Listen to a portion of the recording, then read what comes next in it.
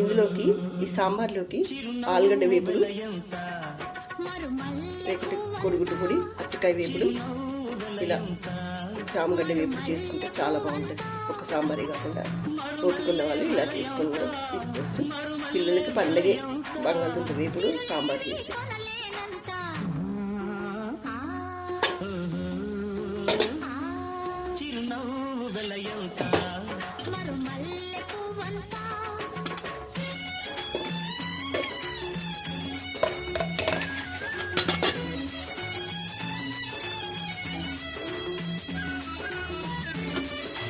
Curry ఇంత ఎర్రగా ఉంది, కారం ఎక్కువ ఉంది అనుకుంటున్నారా?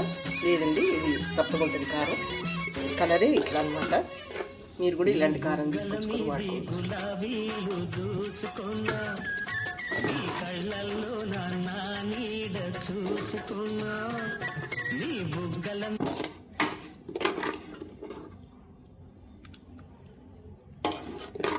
ఇది చపాతీలో తినొచ్చు, రైస్లో కూడా తినొచ్చు. చాలామంది ఈవినింగ్ టైం చపాతీ తింటారు కదా, ఉదయం రైస్ తిని కొంతమంది ఏం తినరనమాట, ఏమి తినకుంటే ఉంటారు. ఒక్క పూట భోజనం చేసేవాళ్ళు పండ్లు అవి తింటారు.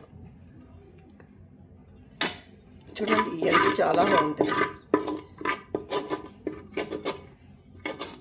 కొంచెం పప్పులు ఎక్కువ వేస్తే పిల్లలకి బాగుంటుంది.